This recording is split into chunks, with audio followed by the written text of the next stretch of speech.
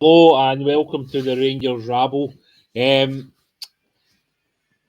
we're going to basically talk about Alex Lowry. It seems to be the kind of talk of the steamy kind of thing, isn't it? At the moment, everybody's talking about should he be in the first team, should he go out on loan, is it an attitude problem? The steamy kind of thing, isn't it? At the moment, everybody's talking about should he be in the first team, should he go out on loan, is it an attitude? That's connected to. So I think it's just one of those ones where we just go through it, we check the comments, we can review what other people are going to say, and then we'll determine what we're going to come to a conclusion, I suppose, at the end of it all. My personal opinion is, look, I've watched Alex now for about 3 or 4 years, probably 4 years now, from being like a youngster breaking through at the academy, signing his pro contract, playing for the under-18s, moving up to the B team where he just looked a standout player, and it wasn't a big surprise when he eventually made that breakthrough into the first team. Even just looking back quickly at last night before we kind of move on to the whole topic, Alex scored 3 absolutely fantastic goals last night, and it's all the individual quality that, like, what would you say, he possesses that, and not every player does, and that's why he'll continue to stand out for me, whether that's as a number 8, a number 10, whether you use him in the wide positions as a 7 or an 11. He's got the ability to play in all of those positions. So it's trying to find him in his best spot where he can develop at Rangers. I'll come to you, Kerr. Where do you think his best position actually is? What I've seen, Alex, probably a free role, right, between the midfield and the forward, or the forward line of midfield. I think he's that talented. He can probably play, like you say, any of the roles, but I think he's good going forward.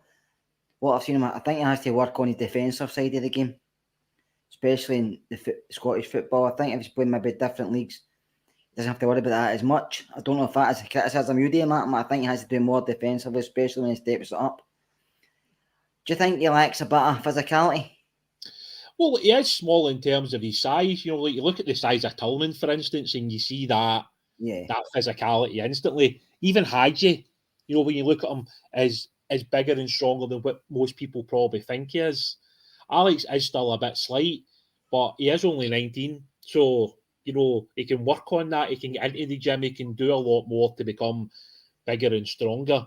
But if we're just talking about technical ability here, he's one of the most technical-based players in our squad. When you look at him, when he's on the ball, he has that ability to do things that most other players don't.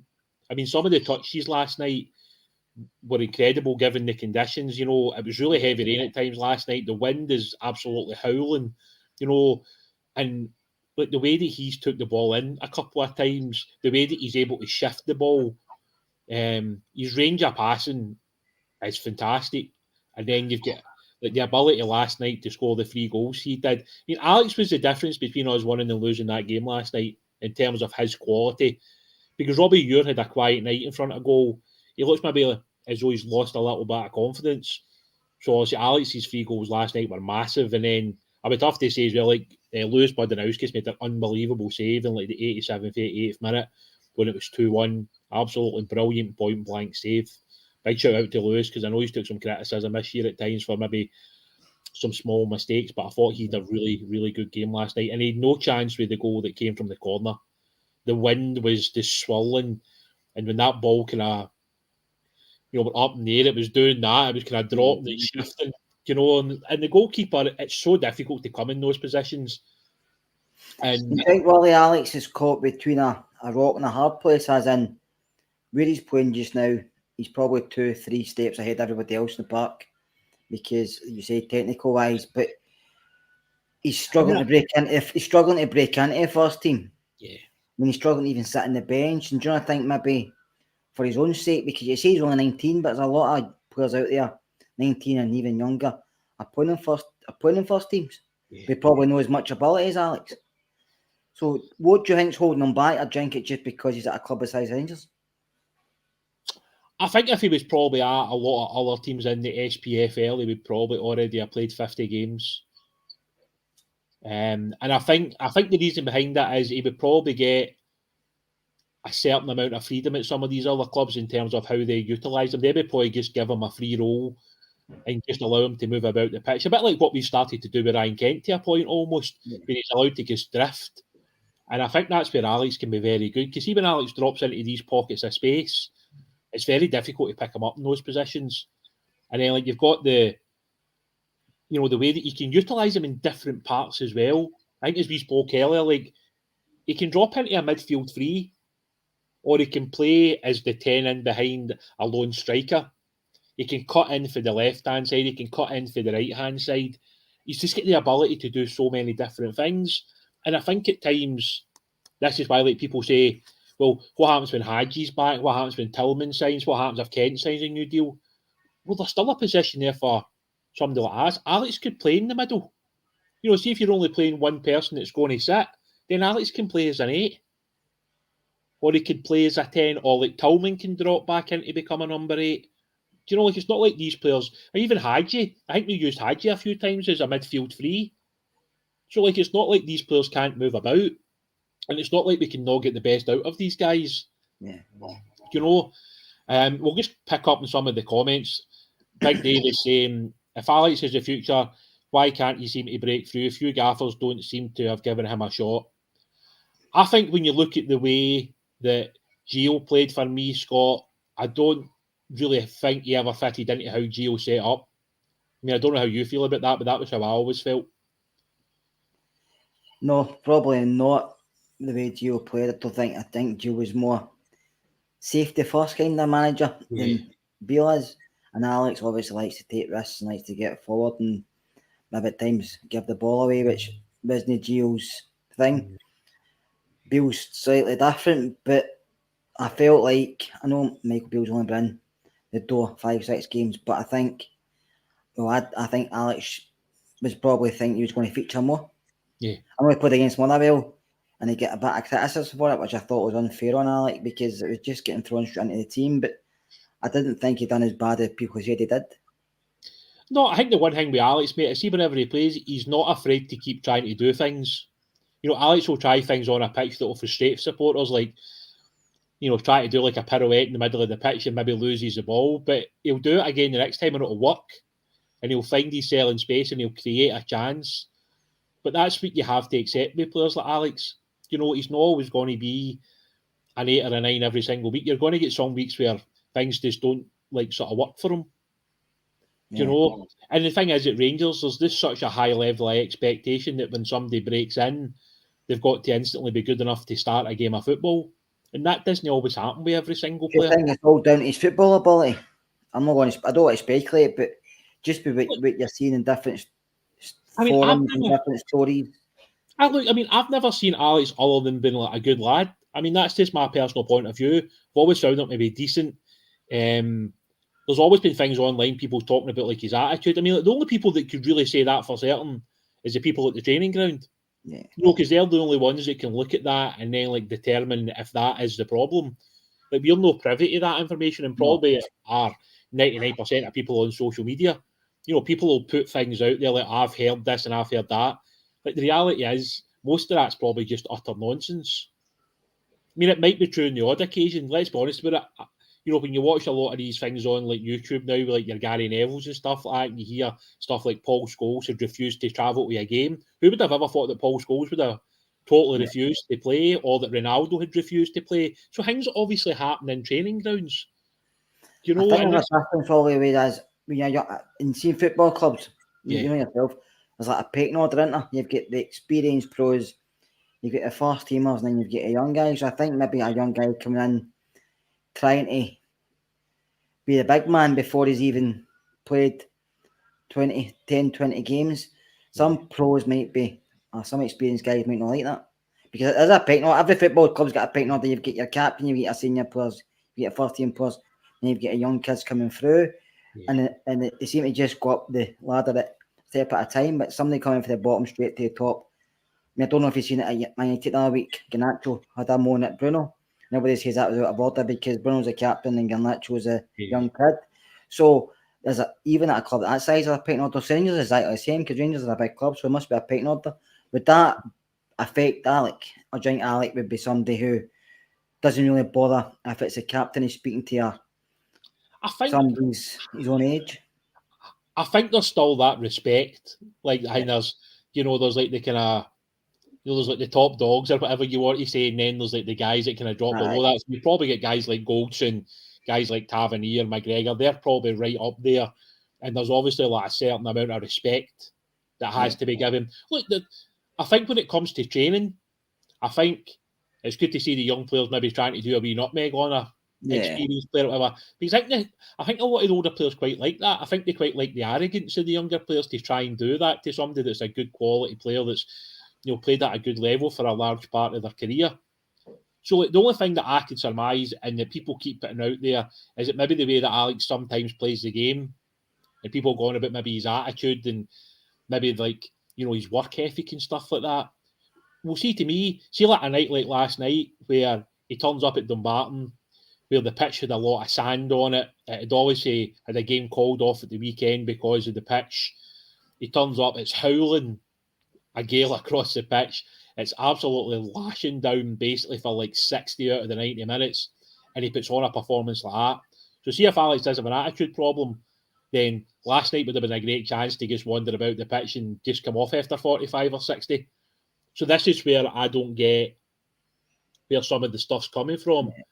Because if you've got an attitude problem, then surely a night like last night where you're getting told to drop back down to play for the B team at Dumbarton against civil service rollers in the pouring rain and the wind, if you've got an attitude problem, then you would probably have showed it last night, wouldn't you? Do you know what I mean? Do you think it's just a simple thing then, like young player coming through at a club like Rangers, where, being honest with you, we've not had a lot of young players going into the team. Maybe one every so often, but we don't usually get 2 or 3 young guys coming for the youth team and staying first team regulars.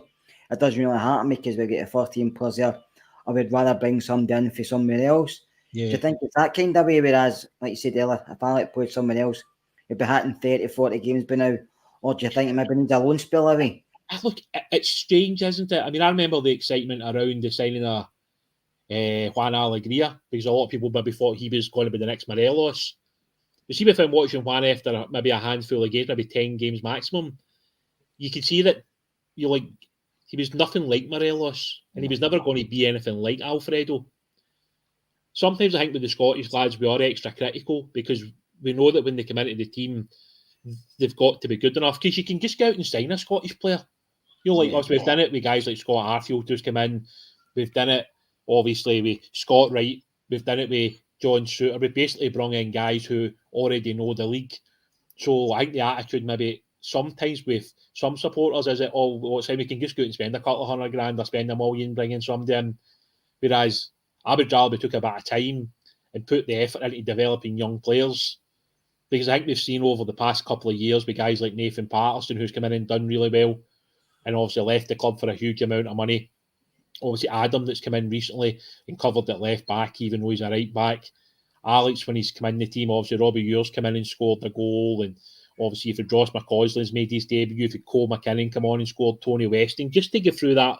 Look, not every one of those guys is going to make it. No, I mean, Alex is under contract until 2025.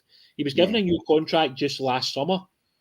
He's still only 19. He's not 20 until this summer. But I get why people are concerned that maybe he's not playing enough. And this is why I wanted to bring it up in the pod tonight and why we made the graphic about Alex, because we want to see other people's opinions. Right, going to pick up some... I actually think a loan spell between now and the end of the season would help him. Yeah. I would have to be at a team where one is going to play and two are going to play in a style that suits him. 100%. Obviously, Tony Westing get wasted at Thistle. Yeah.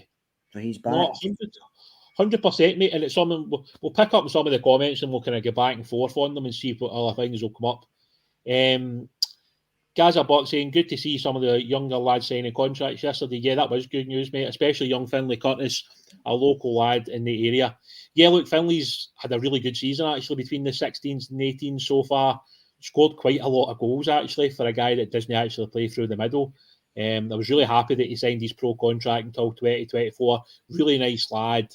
He's just got like a great energy when he's on the pitch, and it's really nice to see that. I've wrote down some of the other contracts. So for anybody that didn't see it on the Academy Twitter, Jacob Pazikis, who's a goalkeeper, has signed a new deal until 2025. As we said, Finlay Curtis has signed his pro contract until 2024. Leighton Grant signed his contract as well until 2024. Jamie Newton's contract has been extended until the summer. So that's 2023. And Alex Kapapki, who was the one that I'd kind of spoken about on the Academy pod that we would maybe be signing another defender, has signed. So he's signed a deal until the end of the season, probably similar to the John Lee Waifeko one, where they'll have a look at him and determine if he's going to be here for the longer term. Then it might be that he gets an extension after the end of the season or before then, if he does really well, clearly. Okay, we'll just pick up some of their pickups. Stuart keeps saying, as a support, would they tolerate coming second and playing youngsters like Lowry? Kerr, I'll come to you, mate. What's your opinion on that? Some of us would and some of us wouldn't. I think fans are fickle. Doesn't matter who you support. Everybody wants to win, but when you support a club the size of Rangers, coming second's not good enough. And even some managers have said that in the past, Walter Smith, etc. So, but I can't. To be honest with you, if I know where the chap's coming from, and I actually agree with that, but it would hard to see it in practice, because if you knew you were going to lose the league that season, it would put a lot of people off. If you think, well, we're not really good enough to win, not going to challenge for this league, but maybe 2 or 3 years' time, we've got a squad full of guys who are going to challenge. So it's one of the ones that's a toss a coin between what you want to decide. But listen, this is just football, and it's hard for any manager, it's hard for any player, especially when you're at a big club, because you need success basically yesterday. CGM making a point as well. Who are we going to get more from, Lowry or Wright? Wright gets on the bench every week. I mean, the only thing I would say to that, CGM, is that Alex and Scott are quite different players as far as I'm concerned. I think with Scott, you kind of know what you're getting. You know, when he comes on the pitch, you know that he can do a specific job. With Alex, he has a bit more of a kind of free spirit almost. You know, when you bring Alex on, he's the sort of guy that can pop up, as I said earlier, in different areas of the pitch, and he can be that player that can create a goal, he can score a goal, he can have that moment of magic that maybe just opens up that bit of space, etc. So, yeah, look, I get what people are saying. If it was up to me, do I want somebody that's kind of steady and reliable like Scott Wright, or do I want somebody that can come in and be different? I would always go for somebody that's a bit different, because I think they're the guys in the games that matter, who can get you something when maybe you're drawing or you're behind in a game, and he can come on and do something. That's just my opinion. But obviously every single manager has the right to make his decision and who's in the squad, etc. every time. Gaz saying Lowry has so much talent, like we just missed a mistake not keeping him. Well, I think that's why the club gave him the new contract, mate, to be fair. You know, they obviously see the ability in Alex. They know there was other clubs looking at him. And that's why he was given a new 3-year deal. CGM came back saying Tillman directly blocks Lowry. Well, I think yet again we get back to what we were talking about, Kerr, don't we? I mean, to me, there's space on the pitch to fit those two players playing at the same time. Do you not agree? There is, if he doesn't want to play with, like I said to you before, the two sitting things to me doesn't really matter. Players should have a position, should be told, and should have jobs, and they should know when to sit and when to go. But if you want to play like Jack and Lundstrom at the same time, you're going to maybe struggle to fit the twin in the formation unless you just play one sitter. But in Scotland, you don't need two sitters for it. Rangers don't really need a sitter unless maybe they're playing in Europe or maybe playing at Celtic Park. But to me, you don't need a sitter. Look, I think what's interesting is, and it's probably going to like sort of show up more come the summer if we sign Tillman permanently. This is when we'll find out where he sees certain players playing in certain positions. Because I think that when you look at Malik, I think he could easily play as an 8. Yeah. You know, he could play in that midfield free, and it would allow Alex to then play as a 10. So if you're going to play the 10s, it could be him and Hadji. It could be him and Kent. I mean, a lot of this comes down to who's going to be here, like, come the summer. And that's mean, that's the simple reality of what is the truth here. You know, is Scott Arfield still going to be here next season? Is Ryan Jack still going to be here next season? Stephen Davis still going to be here next season? There's so much to look at that it's hard to look at what's going to happen now compared to next season. But I think the point you made earlier is a great one. If the manager isn't going to give Alex the game time that maybe he wants or that he needs, then potentially this window could allow for him to go out and express himself for the next 4 months, 4.5 months at a club where he's going to play regularly. And that might just be the push to get Alex back in the summer. And if players do move on, then a space opens up for him to start playing a lot more. It does. Hi, Martin. Evening, gentlemen. How are we? We're all good, mate. I've been given special permission. All right, lovely. There we go.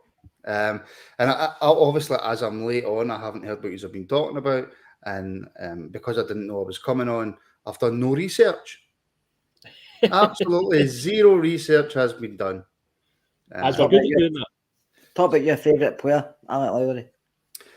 Well, I suppose it's good when you don't do any research, then you might not make an ass of yourself. So we'll see. We shall absolutely see how that goes.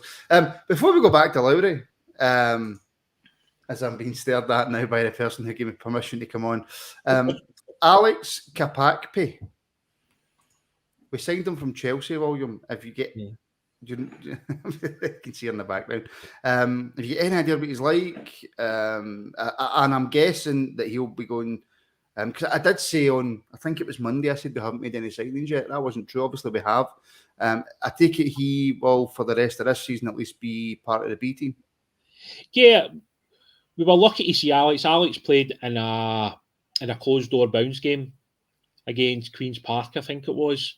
And obviously, when we got to the game, we realised it was somebody new. It was a trialist. I mean, the club are always looking at new players, to be fair. Alex is a big, strong defender. He was really impressive with the ball at his feet. Very comfortable stepping out for the back.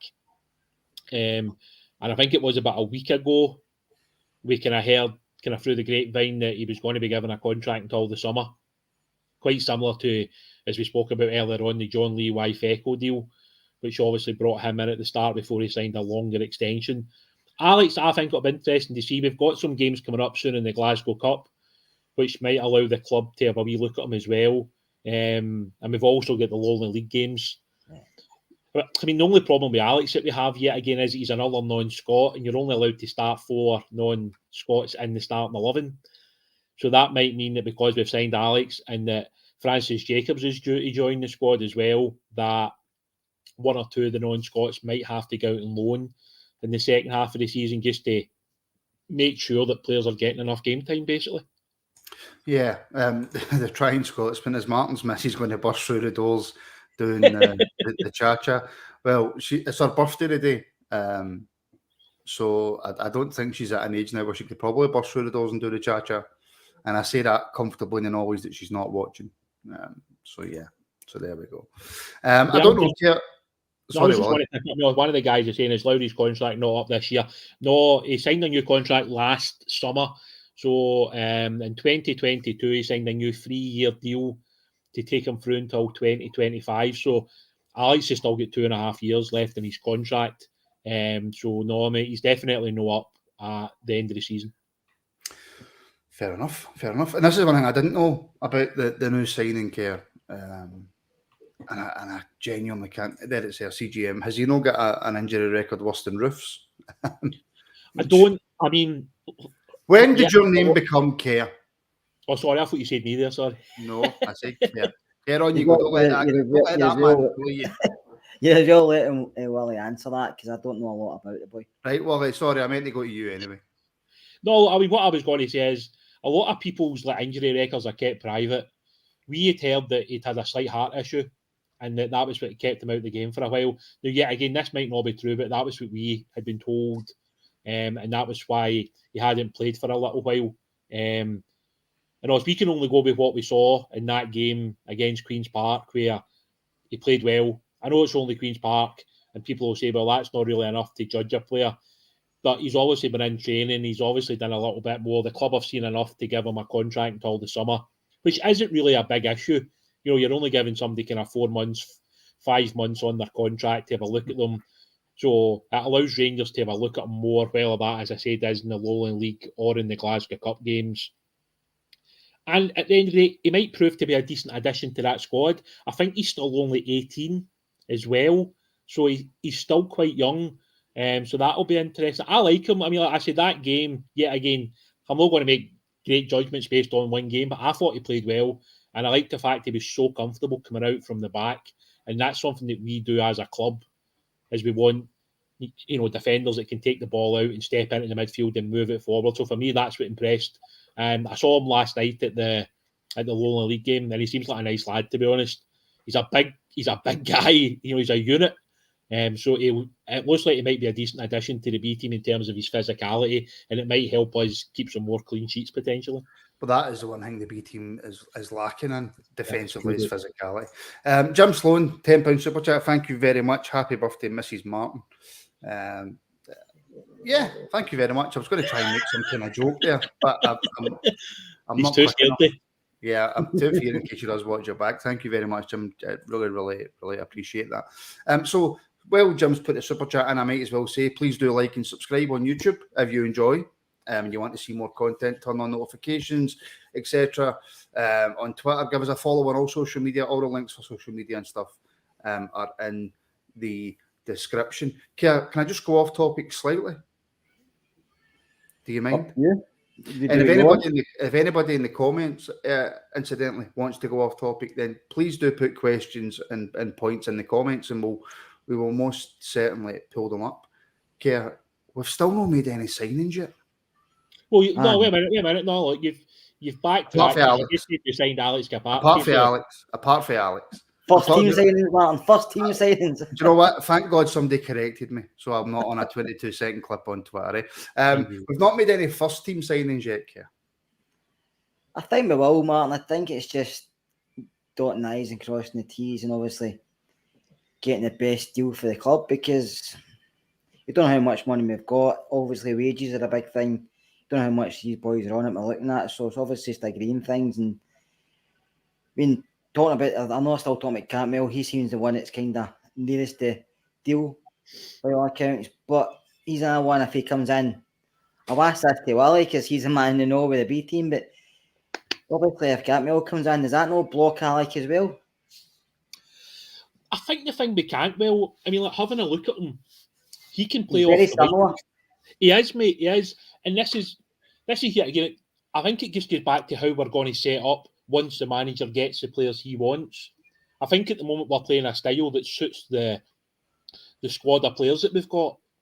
Whereas it might be the manager sees something different ahead of next season, and that's why he's wanting to bring in specific types of players that will help us maybe push up the park a bit more. We might just be more physical, we might be more technical, we might just be a team that's got a bit more about us. It's like it's hard to judge a lot of these things, but yeah, when you look at Cantwell, he certainly is somebody that could take a position away from a Hadji, away from an Alex Lowry, or even Tillman to an extent.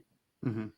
Now, would you sign Cantwell just now for money, or sign him in a pre-contract so it doesn't cost us nothing? That is the question, isn't it? That's the $1 million question that I think a lot of people are looking at, because most English clubs would pay money for him now to take him. Maybe give Norwich, say, like a 7-figure deal.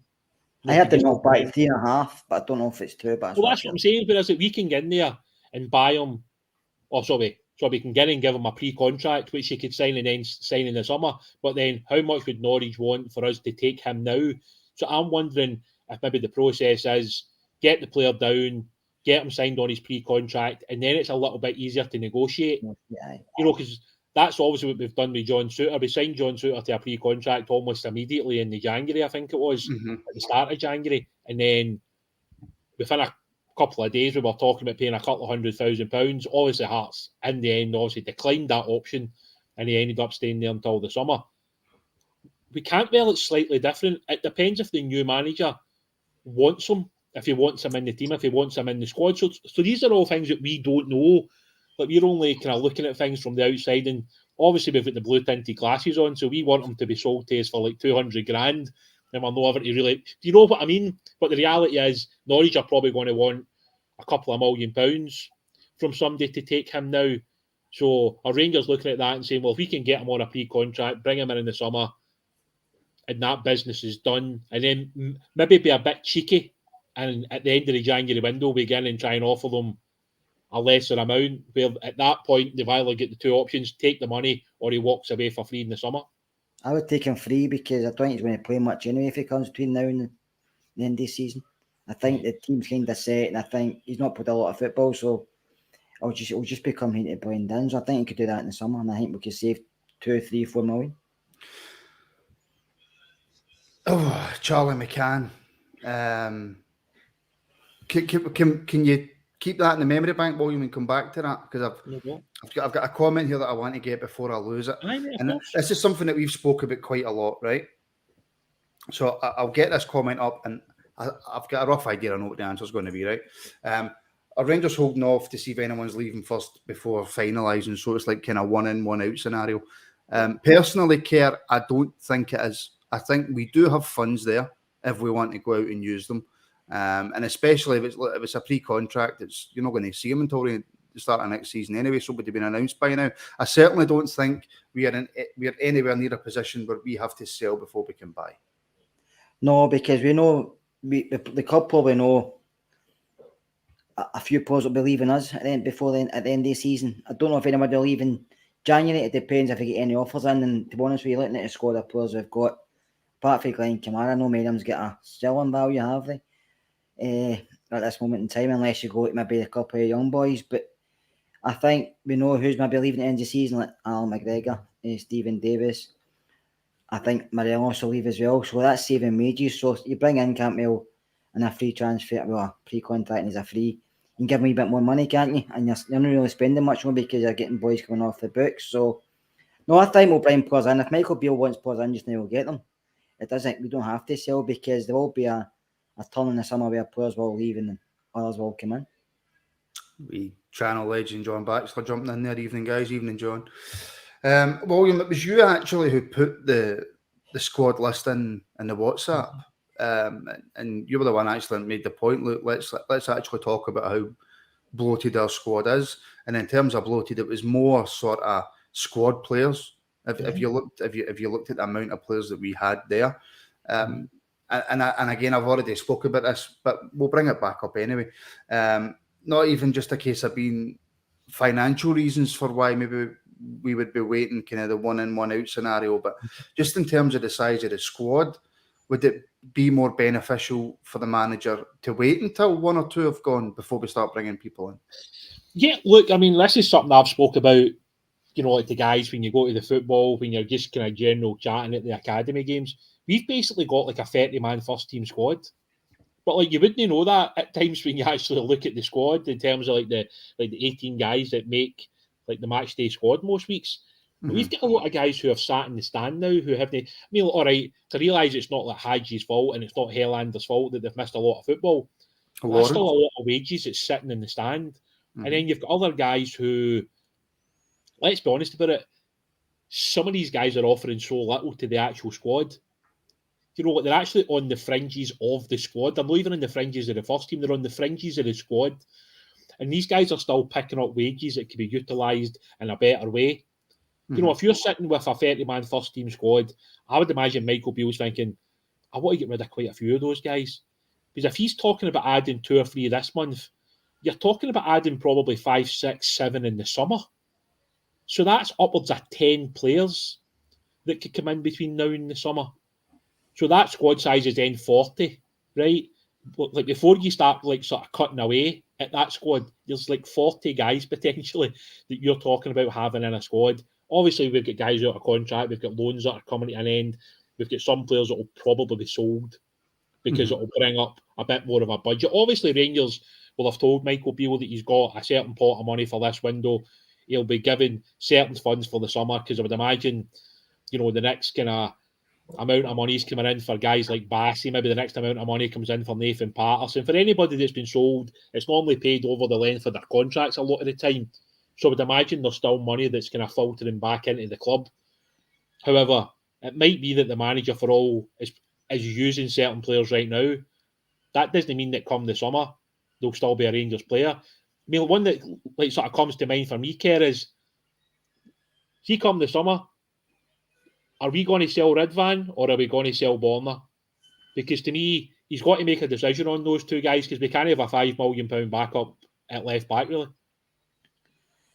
I think Borna myself, I think Borna's had his time at us, and I think he probably wants another challenge before he gets maybe on a wee bit. And you don't buy something for £5 million and go and sell him soon after, especially when he's been injured. So I think he deserves a chance. But it wasn't Michael Beale's player, was he? So it depends what he fancies at left back. But I know you said 10 players come in. Does that include academy players? Or is that just 13 players, Willie? Look, I don't think it's unrealistic to think that we'll sign upwards of 5 to 7 players in the summer. So if you say it's 7, much the goalies, but what's that, mate? 2 goalies.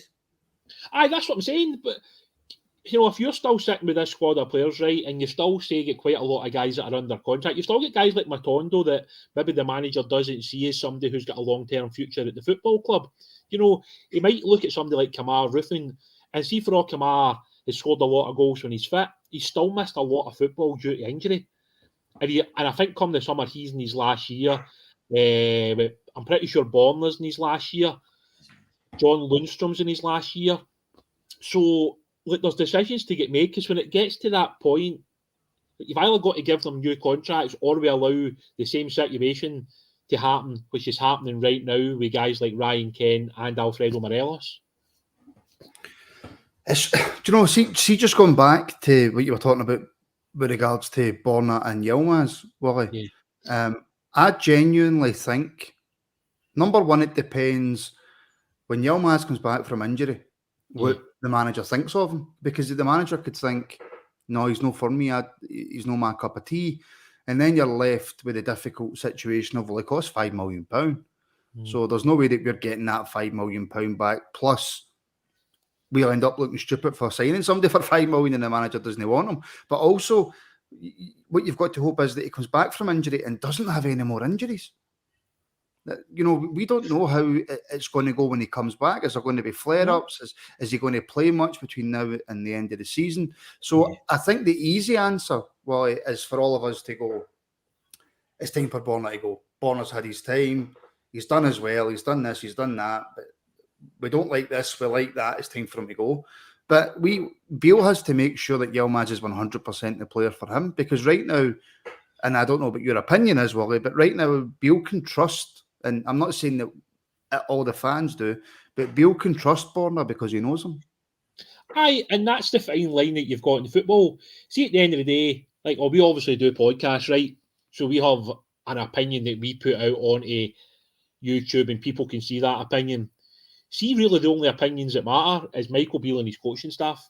So see if it gets to the summer and Ridvan's played, say, 6 or 7 games and the manager thinks, you know, I don't think he's a player for me. Well, what did the club do? You know, did they loan him out, hope that he does well next season and then sell him? Or do you do the thing where you go, well, like, Borna's in his last year, let's see if we can get something from him. Ridvan's did well, he's the new left back.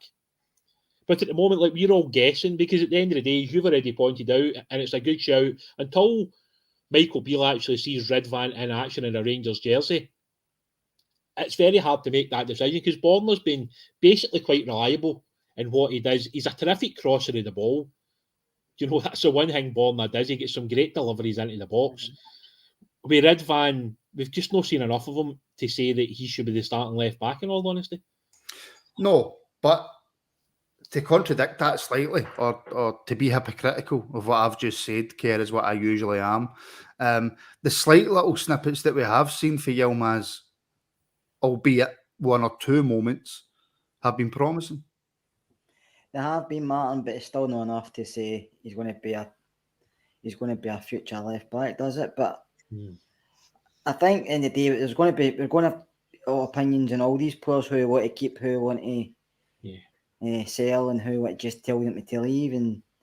But it's going to be Michael Beale's decision. But it'll be interesting to see who does go. But I think we could actually have a good guess, and some of them we say will probably happen to. Do you know what I mean? Because the squad does need a refresh. It doesn't matter if the players have been playing well. Some of them have been here maybe too long. So we do need a refresh of players. We need some fresh blood in, some younger players, and we need some forward-thinking players. I just think, he knows that himself. I mean, some of the players have been here longer than been here since before he came, and he's away and come back, and some of the players are still here. So he knows the squad needs a refresh, but it just depends how much money he gets and what players he can get, because in the summer there's a man for all clubs for players, so it depends who's available as well, because some guys might want too much money, and at the end of the day, that's what it's down to, money. It's not down to anything else. Of course it is. It's always about money. Channel legend again, the Batch himself, John Batchelor. This is an amazing channel, guys. Thumbs up and get the likes in. Another 449 super chat. Thank you very much, John. And like John said, money Batch is put in, he could give Ryan Kent a wage rise. I think Batch is going to pay for my 5-star cruise. I think Batch is going to buy Rangers. But listen, the support that John and people like him when they give their super chats in is what helps the channel grow, and which helps us be able to do everything that we can do with regards to interviews, sponsorships, etc., etc. So it is greatly appreciated. A lot of chat, Wally, and I think it's extremely unfair because it's only been one game, really. Mm-hmm. There's so much chat round about Antonio Čolak because he had a poor 45 minutes. Yeah. Simply put, all he done was and I don't even think so much that the poor performance was 100% on him, because the full team didn't play well in the first 45 against Dundee United. Čolak didn't really have much opportunities. Yes, okay, he might not be the best at holding up the ball. What doesn't help him is the fact that Morelos came on in the second half, but the full team started playing better, but we looked better with Morelos. But the amount of people that I've seen commenting on social media, and some people in our comments as well, saying, do you think Čolak will be away at the end of the season? Čolak hasn't had a chance yet to bed in with a new manager. No, look, I mean, it was a pretty poor 45, from the whole team. And I think we've been quite lucky with Antonio in that, obviously, before he picked up this niggle and before the World Cup, he was basically averaging a goal a game. He was actually the main reason that we were actually still close to Celtic in the league, in all honesty, because we were winning games off of him scoring goals in the main, because nobody else really was. Yeah, look, I think it's fair to say with Antonio, it will be interesting to see how the manager utilises him, Roof and Morelos. Because when you look at Čolak, I think he plays better as a lone striker, as does Morelos, whereas I think Roof actually is better when he's got somebody next to him. So that's the interesting fact for the manager and to look at. But a lot of this is going to come down to, yet again, what we've said a couple of times, it's going to come down to what happens in the summer.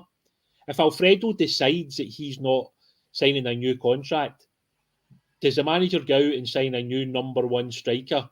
Or does he still think that Roof and Čolak are those guys who can take us to a league title and to get us back into the Champions League group stage? The question, I suppose, Kerr, that you have to ask on top of that, and I know you've already kind of touched on it a wee bit, with regards to Kemar Roof, listen, it might just be me, and I'm putting myself out there, right? And I'm not going to try and be funny, because sometimes it backfires. But it's like most of the time. Most of the time, yeah. Kemar Roof, Kerr, I don't think that's a player that we even consider keeping getting towards the end of his contract, or somebody that we consider offering a new contract for. His injury record is just too poor. If he wasn't injured and he was playing at the top of his ability, for us, he would be unbelievable, absolutely unbelievable. But we're never, ever going to see that Kemar Roof. And I just don't think it's worth the outlay, the time that we have to put in with regards to rehabilitation, the wait for the supporters to see him, the time it takes him to get up to speed to get back into games. So if the manager's looking at his strike force and he's looking at Čolak and he's looking at Morelos, is Morelos going to stay? Is he not? I don't think that the manager can afford to pin his hopes on Roof. No, I agree with you. I think Kemar Roof on form, fully fit, is probably the best striker, because I remember at Leeds United and he was phenomenal. And if he was playing at a level just now, I don't think we'd have had a chance of signing him. But it's because he was injured and out of underletting, we had a chance. And be fair to him, he scored a few goals for us when he has been fit. It's just getting him on the park, and I don't know if he can afford to keep a player like that and pay him the wages and get half a dozen games a season sometimes. And it's same with Big Helander. He's the same. It's not because you don't like the guys. It's just it's a business. And at the end of the day, if they're not playing in the park for the manager, not giving the manager an option, and I sit in the stands with the fans, we have to let them go and get other guys in who are going to give the manager options, because that's what at the end of the day, we're a football club and we want to be challenging for stuff, and you can't do that when some of your better players are out injured for most of the season. And it's not just the one season, it seems to be ongoing with both of them. Roof William is probably the biggest, and it's not his fault. He doesn't choose to get injured. But Roof's probably one of the biggest culprits, and I don't like to use that word, but it's the only one I can think of, in terms of picking up injuries and being out the team. Yeah, look, it's a massive problem that he's had basically throughout his career. And we knew when we signed him that we were taking the risk. In the season we won the league, he had a phenomenal season in terms of his goal output. The worry with Kamara is what's happened this season, and that we've barely seen him. Mm. And when he's looked as though he's close to coming back, he's broke down again. And at the end of the day, like, his contract's up in the summer of 2024, so he's got about 18 months. So he's probably got to do something between now and the end of this season for us to give him a new deal. Because as it stands right now, it probably doesn't make a lot of financial sense to give another contract to a guy who hasn't stayed fit. And this is the same argument for guys like Ryan Jack, who comes under that same thing. See, when Ryan plays, Ryan's a bloody good footballer. But the problem with Ryan Jack is he misses a lot of football games. He doesn't miss as much football as Roof, but he does miss a lot of football. I mean, see, the reality is when you sign a player, you know that you're potentially taking a risk. If a guy's got an injury history, you know you're taking a risk with it. When it comes to Kamara, I don't think the club can afford to give him another extension without knowing that there's no issues there. And I don't think that's possible with Kamara, because he seems to pick up a lot of different injuries that seem to come up. And they're not just like he's out for a fortnight, because he's out for like 2 months, or he's out for 6 months. And that's a long time to have a guy on the wage bill who's picking up a good wage that could maybe be utilised by somebody else who is going to be able to play more regularly, or to actually offer the manager somebody who can come off the bench most weeks. With Kamara, you're just sitting waiting for him to come back. Then maybe he plays a handful of games and then he's gone again.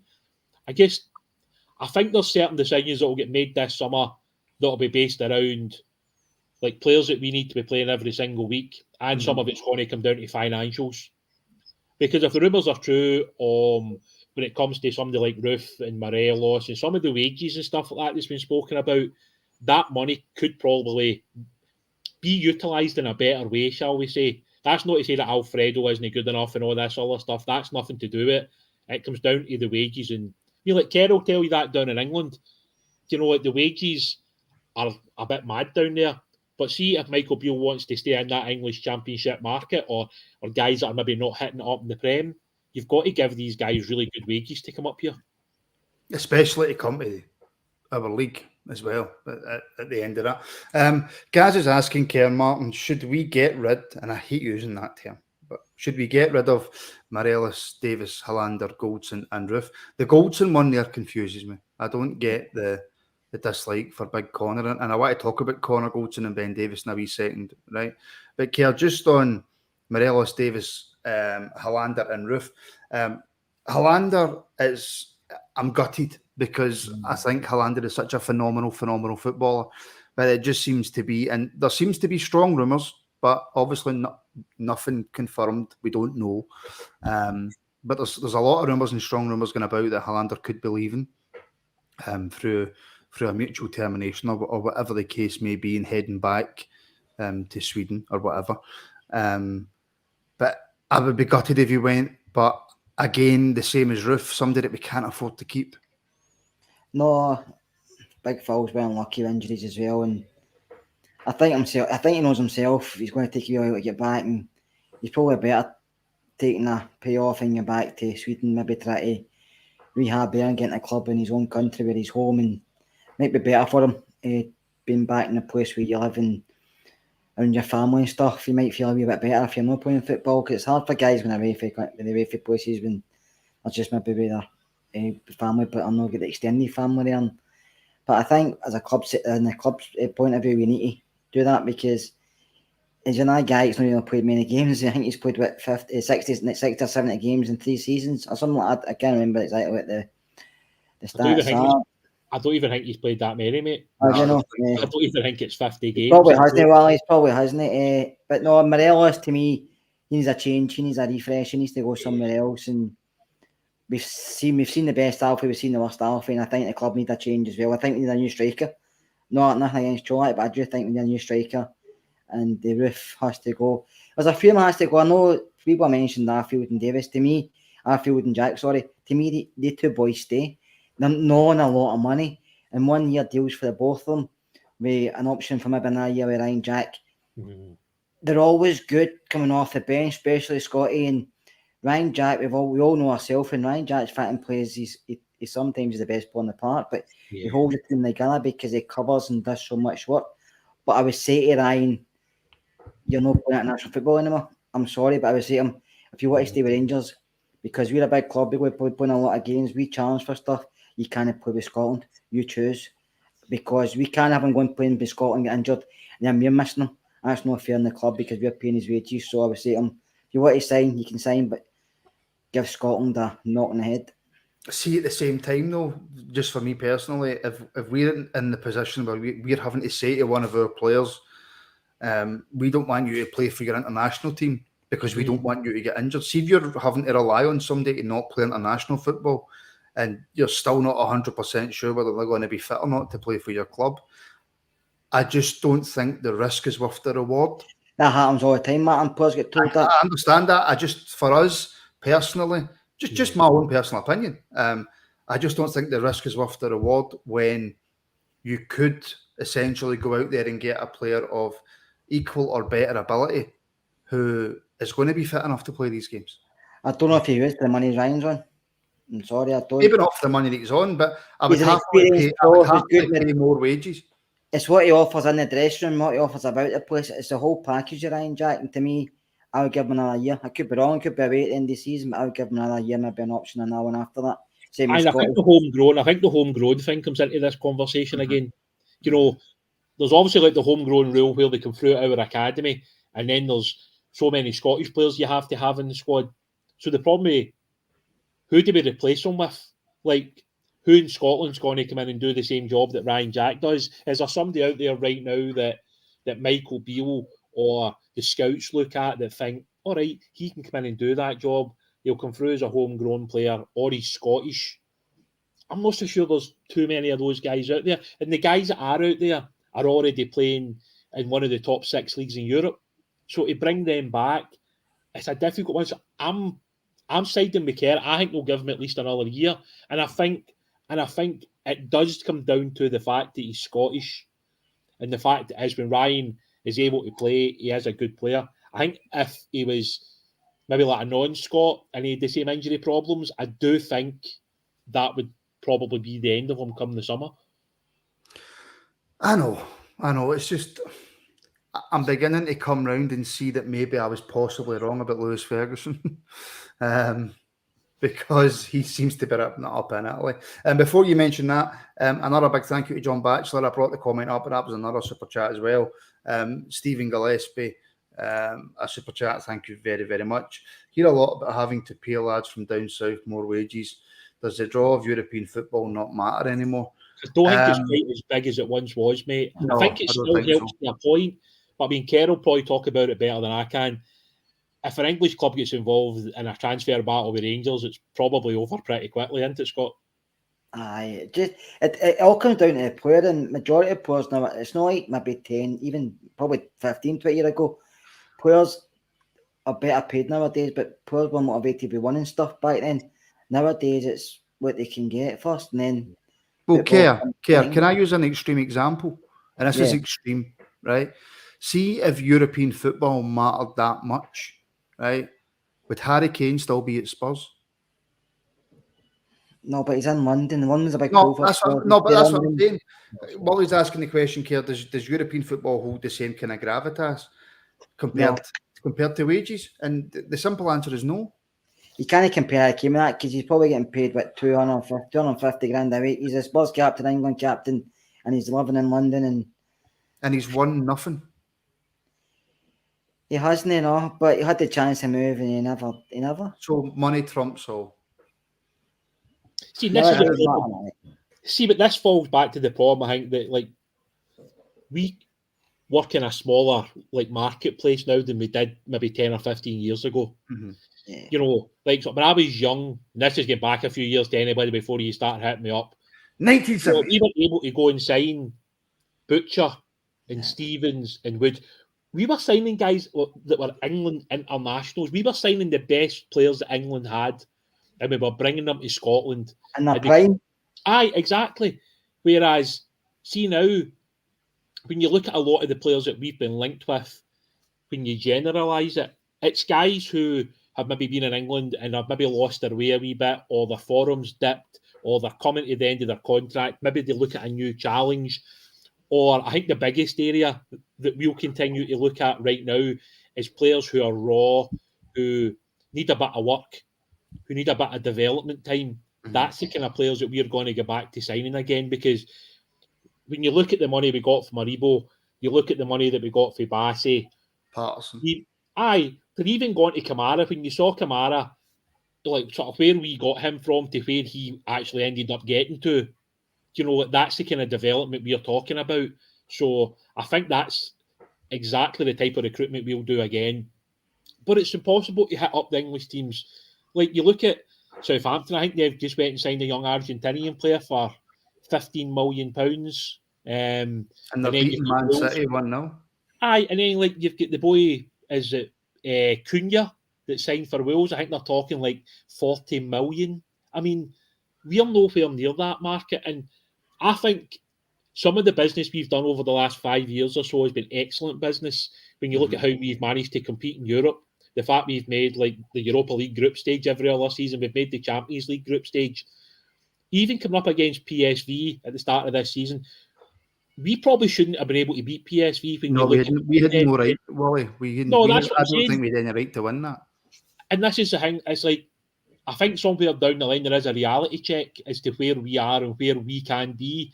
Because when it comes to money, when it comes to like wages, I mean, even something like Ryan Porteous, I mean, I know me and Kerr had a private chat about Ryan Porteous and the money that can be paid to him. I mean, he's probably going to leave Hibs and earn 15, 20 grand a week. Rangers really couldn't afford to give Ryan Porteous that kind of money, even if he wasn't the type of character that he is, which really irritates a lot of people. But like Rangers can't get involved in a battle over wages with somebody like that anymore. I just don't think it's possible to do it. No. Very quickly, William, Melanie's asking, like she's asked about 1,000 questions, right? So I better bring up one. How old is the Rangers Rabble now? Are we 2.5, Willie, or are we 1.5? I think we've been more than 2 years now, if you know. Is it more than 2 years, is it? 2 years, we'll be free in November then. I genuinely can't. Is it that long? I think it is, mate, aye. Is it? How am I not grey? I'm already grey, mate. That's why my hair's falling. You were grey before we started, though. Has that been over 2 years? That can't be 2-0 to Southampton. It is as well. Keir, somebody I really want to talk about, because I've been so impressed. And it's just by the smallest little details that I've been really impressed. And I still don't think he's 100% match fit. Somebody who you told me about, who you were singing the praises of, I didn't believe you. I was a wee bit, I don't know, blah, blah, blah, injuries, etc., etc. Ben Davies, I think, should Ben Davies stay fit, could be one of the most important transfers that we make. I think, not just his ability defending, but obviously I was at the United game. See, just on a couple of occasions, it's really hard to put into words. See just the sharp passes that he makes into midfield. He sets us off in attacks as well. He's such an intelligent footballer and a very, very good defender. Yes, Martin, his awareness is very good. See, if you watch him, just when you're have the ball attacking, but you watch him, he's always watching what's round about him. He's always on his toes for moving. He's a really good player, Ben. He's just been unlucky with injuries, and he's always been like that. That's why when he was younger, he was getting a lot of club chasing him because people could see what he had, and he went to. Liverpool don't sign you, Kerr, if you're a dud. They don't. I think it was just trying to. I think he knew something for Liverpool as a squad cover, not a lot else. But you don't turn down that chance because you could always go there. Somebody gets injured, you get your chance, and you make a name for yourself, and you maybe go somewhere else. But listen, he's a very good player. We're lucky to have him because I think the way he's playing just now, with probably Team England looking at him saying if he gets fit, we might go back up for him because, like you said, he's not just a good defender; he's a good footballer, very intelligent footballer, and a good footballer. And I think with him and Connor, both of them stay fit and they keep playing well. They'll have a solid back two. We just need a goalkeeper behind it. I just think if we had a fully fit and fully match fit Ben Davies, and Connor Goldson in the Champions League, it might have been slightly different. During his time he did play in midfield a few times because he's got that ability. His passing seems phenomenal. That's just quickly I wanted to touch on that. I mean, obviously, when we were linked with Ben Davies in the summer, obviously, like I knew that Kerr had watched him and seen him play quite a few times. So you obviously asked people, and the one thing that Kerr pointed out straight away was his ability with the ball at his feet. And I think that's a real important part of our team, especially under Michael Beale. You know, you want your two defenders to be able to pass the ball, who can. I mean, Golson's got that big switch, isn't he, right across the pitch that he does really well. And then like Davies, I don't know what it is about him. He makes a lot of things look simple, and maybe that shows you why he was one of the best defenders in the Championship in England. And that maybe he's not the most physical, as you know, and he's probably not the best in there either. But his other attributes make up for what he loses in that, because you've got Connor who's decent in there, and Connor can be aggressive. So Ben does other things, but he's good at sweeping up. But at times with Preston, I know Basil probably played in the back three, so he was good in the back three as well. So he's adaptable and he can play in the middle of the park if needed. But it's not just that though, William. We now have two, and I want to just answer somebody's comment really quickly, right, before you jump back in. But we now have two centre backs who are incredibly good at passing, which is massive, especially when maybe for next season when it comes to getting back into Europe. I think that'll be shown even more. Ian Ross is asking, Martin, can you let me know how to join the WhatsApp members group, please? Watch last night's member show, and you'll find out how to join the WhatsApp members group. Ian. The good thing with Ben as well, he's a left-sided player. See how Kerr's just straight back into business? See that, William? He's just boom. He's like, I told you. Ben Davies was the man and you didn't listen to me, Martin. He was. But he gives you a better shape because they both can play their sides. I think that's the only thing about the two. If they stay fit, it might restrict Leon King getting game time, which is unfortunate for the boy. I was going to ask about him, Wally. I've heard that he's back in the B side, obviously, but is that just for games? Sorry, Kerr, I'll come back to Big Dave in 2 minutes. I'll come back to Big Dave in 2 minutes, right? I apologise, Big Dave. Kerr, sorry, you carry on with your question to Wally. Big Dave, 2 minutes. No, see, he was obviously playing last night, but I've heard that he's back in there.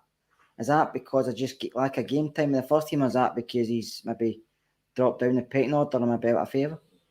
Who's this? This Alex we're talking about? No, Leon King. Oh, Leon. I think it's just game time. I think it's just pure game time. And see the kind of kid that Leon is, I think he would rather play than to sit on the bench for a couple of weeks in time. And I think he's been unfortunate. See, if we drew maybe a lower league team in the cup rather than St Johnstone, I think there was a big shout for him to play in that game. I mean, he might still play in that game, but I think that would have been an opportunity for Leon just to get some minutes to take over as well. But I think when they've maybe looked at the upcoming games, I think we've got like the Cup semi-final, we've got Killie away, St Johnstone away, St Johnstone at home. So like it might have meant that Leon was going a few weeks without a game. So last night probably just made a good thing for him. Same with Charlie McCann. Charlie McCann's in the same boat. Do you know what? He needs games. And he sees somebody that if we do sign another midfield player that has to go out and loan, I think so. I think he could be one that could go. Okay, so we'll come back to Big Dave and we'll finish up on this. Okay, boys, so back to young Alex. 2 years from now, where will he be? Broke through to the first team for us, punted out and loaned somewhere, or sold for kind of Patterson level bids.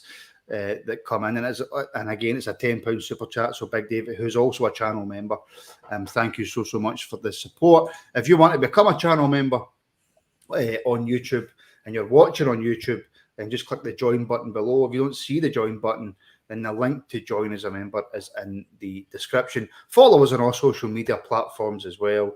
All the links for that are in the description. So I'll come to you first, William, and then obviously, Kerr, you can jump in. The show was about, obviously, Alex Lowry.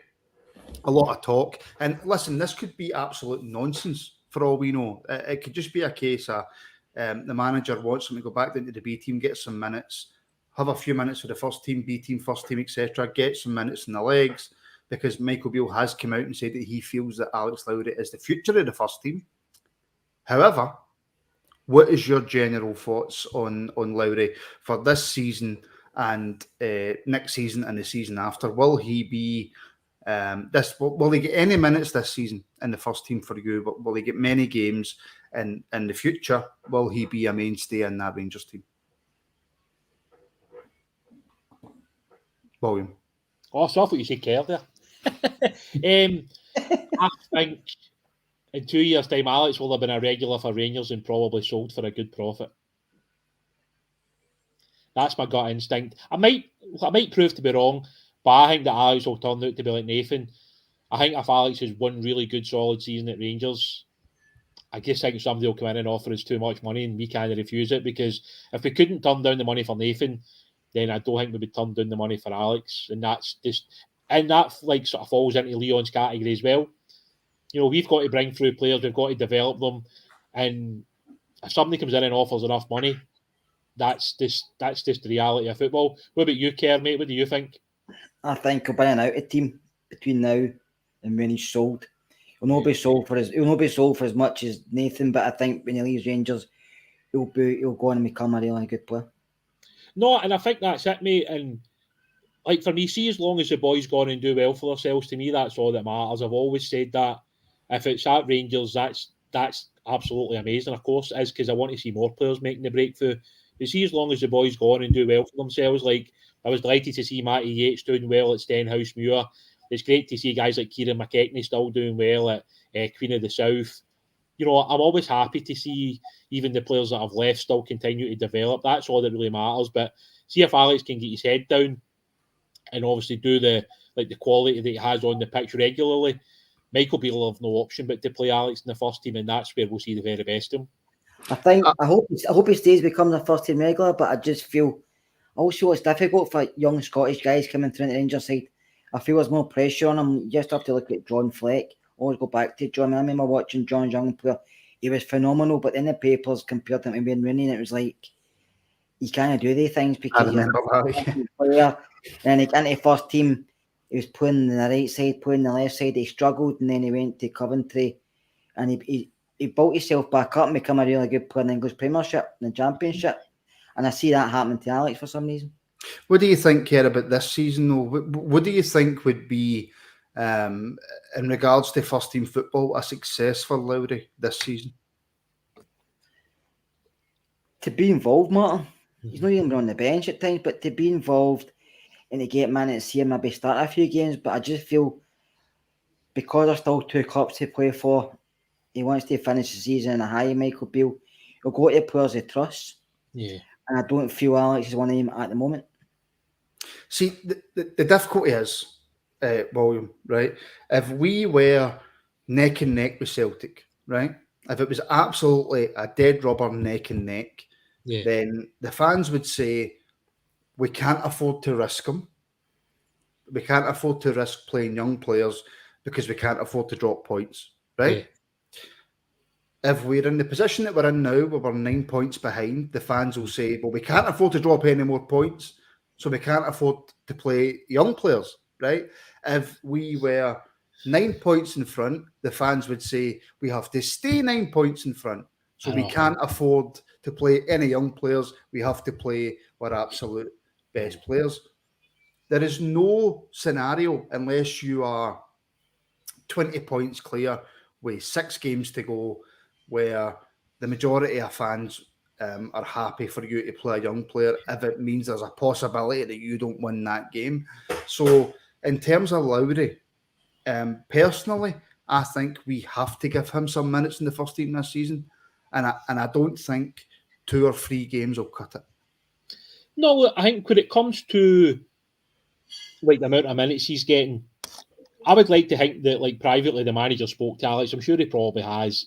He's maybe told him what he needs to do to get into the starting 11, or if he needs to do certain things off the pitch better. Maybe that's in terms of maybe, like his work ethic. Maybe it's in terms of so many other things. You see, at the end of the day, it's the manager's choice as to who starts every single game. If he thinks Alex starts the game and he's going to impact it, he's picked because of that reason. If he's not in the starting 11 or if he's not on the bench, people then jump to the conclusion that something's happened in training. He's got an attitude problem. There's this, there's that. Do you know what it is? Sometimes players are just going to miss out in 18. You see, the stronger that we get, it's going to have more competition for places. And this is what the manager's looking for. He's wanting players to push each other. I think potentially for the last couple of months at this football club, some players have played because we've basically that many injuries that players have played regardless if they've been playing well or not. Yeah. Whereas like Michael Beale's trying to get back to that standard where he's going to say, right, Tom Lawrence, Alex Lowry, Yanis Hadji, Malik Tillman, 4 of yous for 2 positions, yous battle it out, and that's when you get the best out of players. Do you know? You say Cantwell. And you've also got Tom Lawrence to come back as well. Oh, that's what we're just talking about, Tom Lawrence. I mean, it's just, see any good manager at any level, they want competition. That's the simple reality. See if players are getting picked because they don't have enough players to pick from, or basically you're only starting because we don't have a left back to actually force bomb that to play well. Like this is always going to be the middle ground. Like the Rangers. See, as long as there's competition, and I think we're starting to see that now in some positions. You're seeing players just starting to, they're just starting to turn it a wee bit. I mean, I think Ryan Kent recently is looking like sort of back to being a lot. We don't have time. We don't have time. No, I'm just trying to say that some players like sort of react better than others to that type of thing. Of course. And this is where the manager needs to look at these players and work out who that is. See, to me, if you set Alex a challenge, I think he's the sort of kid that will go and push for it. Do you know? Because he's talented enough. He's 100% got the ability. But see, the longer it goes on that he's maybe not in the squad or he's not starting games, the more stuff will come out on social media about the attitude. See, to me, like I've never seen that with Alex on a personal level. But, I don't know. You know what it's like on social media? When one person puts out a rumour, it becomes, that's definitely true. See, when something gets put out on social media, whether it's a rumour or a 22-second clip of somebody getting words mixed up, it gives a false impression of what stuff's actually like, as I'm sure most people in here can agree. Tomorrow night, 8 p.m, members show. Please make sure all the members join us for that. I will put a reminder in the WhatsApp members chat. We'll be back on Friday. Now, big news for regular viewers. I have fixed my internet. All it took was an extremely long Ethernet cable. That for a £2 Ethernet cable or something. By the way, it was $17.99, right? But however, no, you never told me it was $17.99. That's out the budget now. No. That was the batch. I bought that with all his donations. No. I bought that with a bank card and I just added it to the missus' birthday money. And I just took it out of that. She doesn't know that. Got your Ethernet for your birthday. So the phone-in will be back on Friday. Good. 100%. Everything's working. I'm getting 300 megabytes per second, whatever that means, internet. So the phone-in will be back for you to get your points across and talk about whatever you want to talk about. Members pod tomorrow night, 8 o'clock. Phone in Friday, 7:30. And then we'll have build-up and reaction at the weekend to the Aberdeen game as well. So massive thank you to William, who also started hosting. Willie, thank you. Cheers. Massive thanks to Kerr as well, who does more hours, and I've said it before, who does more hours in the Rabble than Ali McCoy does on Sky and TalkSport combined. So thank you very much, Kerr.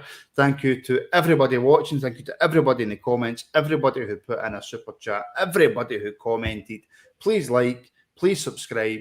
Members will speak to you tomorrow night at 8 o'clock. Everybody else, hopefully you join us back on YouTube 7:30 on Friday. Thank you for watching. Good night.